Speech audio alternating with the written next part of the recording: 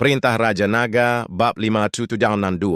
Pemimpin sekte Rift Heaven Sect sedikit terkejut ketika dia tidak menyangka Chen Ping akan menyetujuinya begitu saja. Tidakkah kau akan mempertimbangkannya kembali? Formasi jiwa binatang kita mengancam jiwa. Ini bukan permainan anak-anak, kata penguasa sekte surga Rift. Tidak perlu. Chen Ping menggelengkan kepalanya. Wah, sepertinya kau tidak tahu betapa kuatnya sekte 10.000 binatang kita.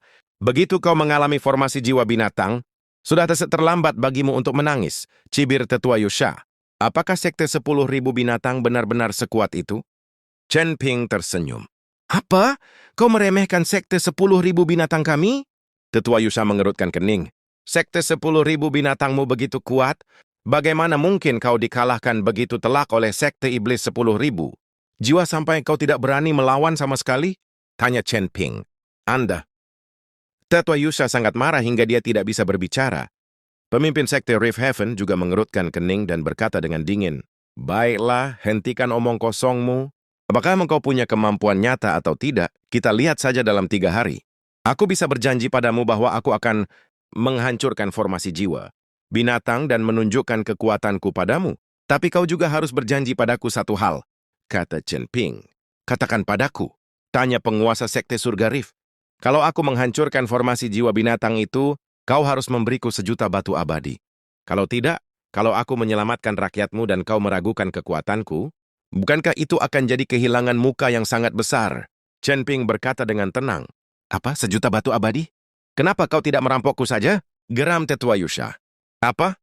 Apa kau tidak yakin aku tidak punya kemampuan untuk menghancurkan formasi ini? Kenapa kau tidak berani bertaruh denganku? Chen Ping mencibir. Tetua Yusha berhenti berbicara dan menatap penguasa sekte surga Rift.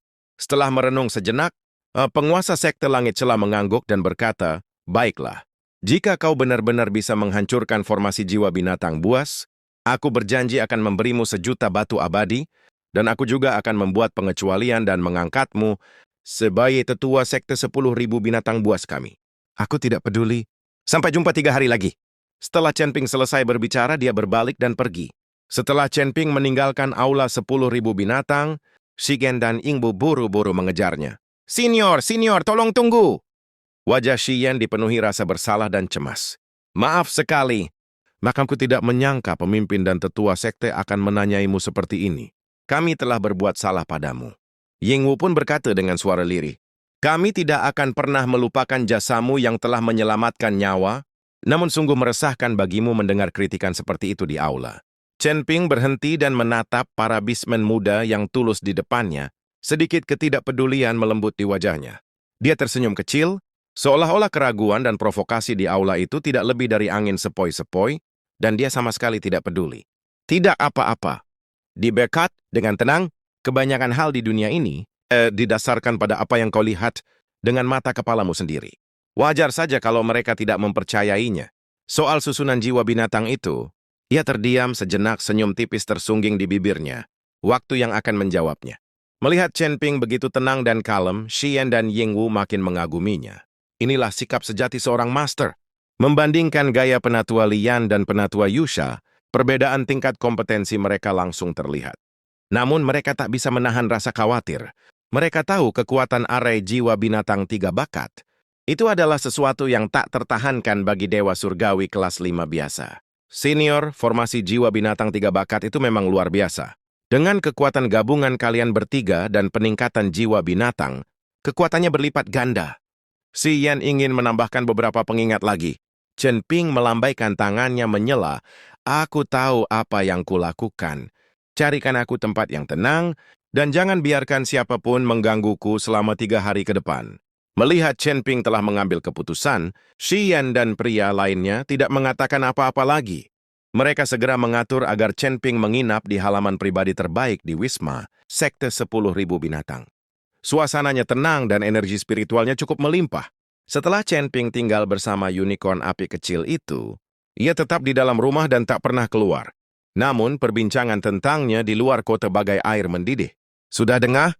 Bocah alam. Abadi kelas 7 itu berani menyombongkan diri bahwa dia bisa menghancurkan formasi jiwa binatang 3 bakat kita. Haha, lelucon yang luar biasa. Kurasa dia bahkan tidak tahu cara mengeja kematian. Konon dia menyelamatkan kakak senior Xian dan yang lainnya, tetapi tetua Lian terbunuh dalam pertempuran. Bagaimana mungkin dia, seorang dewa kelas 7, bisa membalikkan keadaan? Dia pasti menggunakan beberapa cara licik, atau itu hanya keberuntungan. Belaka! Tetua Yusha benar, dia mungkin mata-mata dari sekte iblis. Tunggu saja. Penilaiannya 3 hari lagi. Kita lihat saja bagaimana dia mempermalukan dirinya sendiri. Dia mungkin bahkan tidak berani menyentuh tepian susunan kawat.